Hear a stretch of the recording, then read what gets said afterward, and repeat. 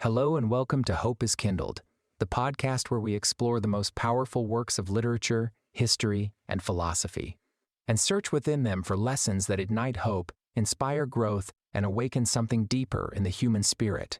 Today's episode brings us to the windswept plains of the American West, to a figure of mythic quiet and unshakable strength, Crazy Horse.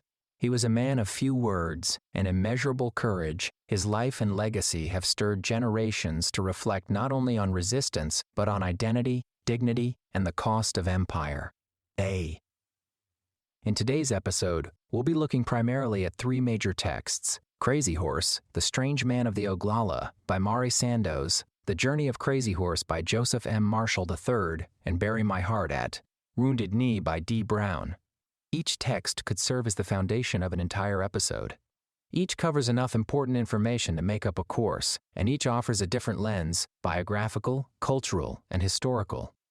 Taken together, they form a powerful mosaic of a man who never signed a treaty, never gave up his people, and never surrendered his principles. Today's episode is being released from South Dakota, in the heart of the Black Hills. This sacred land holds the wind-whispered memory of one of the most profound and courageous figures in American history. Before we begin, we take a moment to acknowledge that our native peoples still need our help. The Lakota, the Dakota, the Cheyenne, the Dene, all of them. We could never repay the indigenous people of this land for what was stolen, what was promised, and how those promises were broken. But we can listen. We can stand with them. We can help them build self-sustaining communities on and around the res, and we can remember. Mari Sandoz's The Strange Man of the Oglala is a work of deep empathy and determination. Sandoz spent years learning the Lakota language and culture to tell Crazy Horse's story as truthfully as she could. Her Crazy Horse is a visionary, a man whose insight and spirituality were as sharp as his tactics in battle. Published in 1942, this remains the definitive biography. Sandoz, the daughter of Nebraska homesteaders, was told the oral traditions of the Lakota people. She spent years painstakingly researching and writing this haunting biography.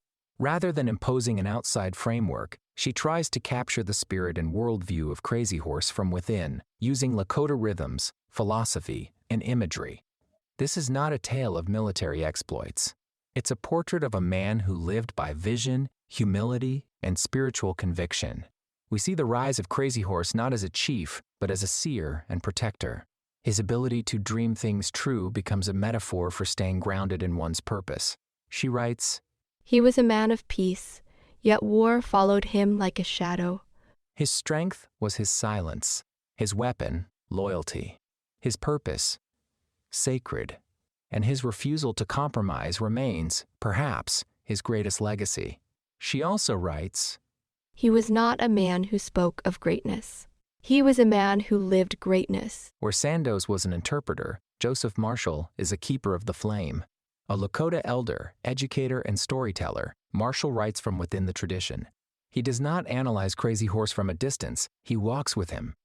The result is a breathtaking biography that blends history with spiritual testimony. We are shown Crazy Horse as a boy who preferred solitude, as a teenager caught between visions and obligation, and finally, as a man whose quiet bravery moved nations.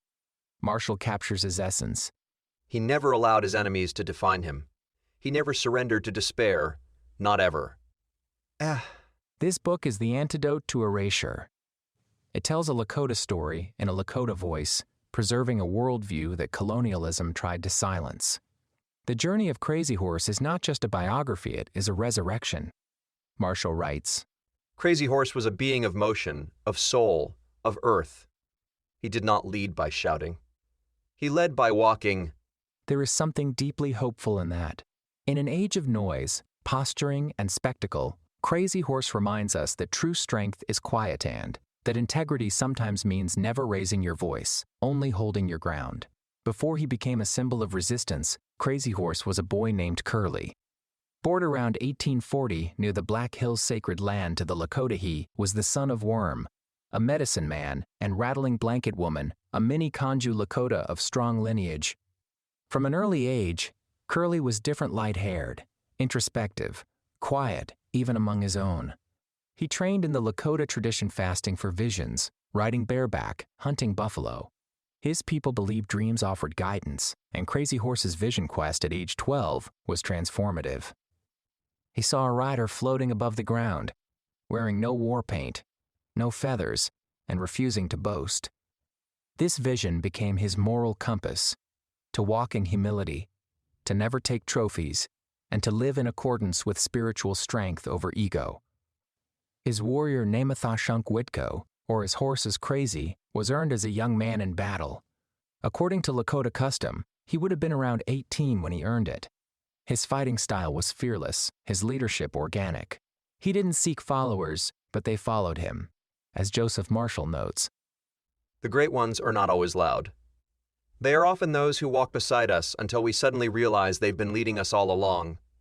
by 1876, Crazy Horse had become a war leader of the Oglala Lakota. Alongside Sitting Bull, Gall, and warriors from the Cheyenne and Arapaho, Crazy Horse played a central role in the Battle of the Little Bighorn, also known as Custer's Last Stand. On June 25, 1876, General George Armstrong Custer and his 7th Cavalry attacked a large native encampment by the Little Bighorn River.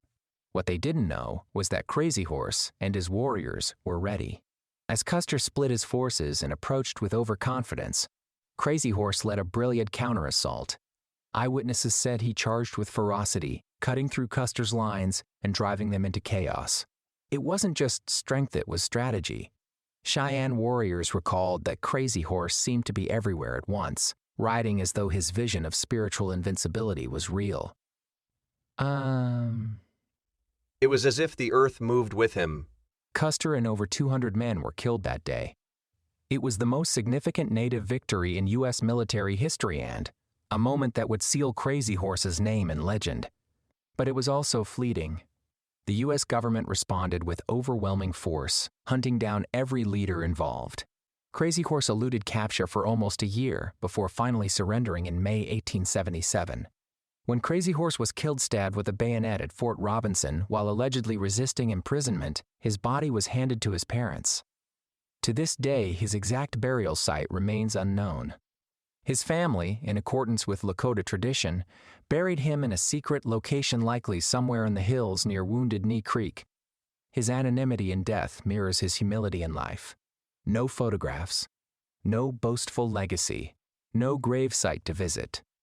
Only memory, only story, only land. And yet, as we shall now explore his likeness, his name, and his meaning continue to rise from the Black Hills in stone. Crazy Horse's story is inseparable from the aftermath of the Civil War and the betrayal of Reconstruction. Freed African Americans and Native tribes alike found that promises made in Washington were little more than illusions. As we'll explore in the next episode, William Attaway's Blood on the Forge captures the Black American migration northward, just as Crazy Horse's people were being pushed onto reservations. Both communities, though distinct, faced the machinery of displacement and the deep ache of uprooted identity. Crazy Horse stood against this. Not to destroy others, but to preserve what had meaning. My lands are where my dead lie buried. In the Black Hills of South Dakota, a mountain is being carved in his honor, not by the government, but by a family of sculptors working since 1948. When finished, the Crazy Horse Memorial will be the largest sculpture in the world. It is funded by the people. It accepts no federal money. This choice matters. It reflects his life. He never signed a treaty. He never surrendered. He never allowed his photograph to be taken. His monument is slow, deliberate, and unfinished, just like the healing of the nation that wronged him. In 1939, Lakota Chief Henry Standing Bear wrote a letter to sculptor Korczak Zielkowski, a Polish-American artist who had worked on Mount Rushmore. The letter was simple, powerful. My fellow chiefs and I would like the white man to know that the red man has great heroes too. Korczak Zielkowski accepted the job. In 1948, the year my mother was born, he began blasting the rock of Thunderhead Mountain near Custer, South Dakota. He had no government funding. He refused it. This would not be a project shaped by federal bureaucracy, but by personal and cultural truth. The scale of the Crazy Horse Memorial is staggering. 641 feet long and 563 feet high. Once completed, it will be the largest mountain carving in the world. The face of Crazy Horse alone is 87 feet tall by comparison. The faces on Mount Rushmore are 60 feet. His extended arm will point toward the east, with the rider asking, "My lands are where my dead lie buried." Korsak died in 1982, but his wife Ruth Zielkowski and their children carried the vision forward. They established the Crazy Horse Memorial Foundation, and today, over 75 years after the first blast, the work continues stone by stone, generation by generation. The Crazy Horse Memorial is not just a sculpture, it's a cultural hub, a beacon for education and healing. At the base of the monument is a museum honoring the art, culture, and traditions of over 300 native nations. An Indian University of North America, which offers full scholarships and summer programs for Indigenous students. Since its founding in 2010, hundreds of students have gained access to higher education through this initiative. Here, hope becomes tangible, education becomes resistance, legacy becomes action, and as Ruth once said, Never forget your dreams. You can do anything you believe in, even move mountains. Crazy Horse reminds us that resistance is not always loud. That strength sometimes looks like stillness. In a world of forced assimilation, broken treaties, and noise, Crazy Horse listened. To the wind, to the stars, to the voice of his ancestors. And he followed that voice, no matter what it cost him. As Joseph Marshall writes,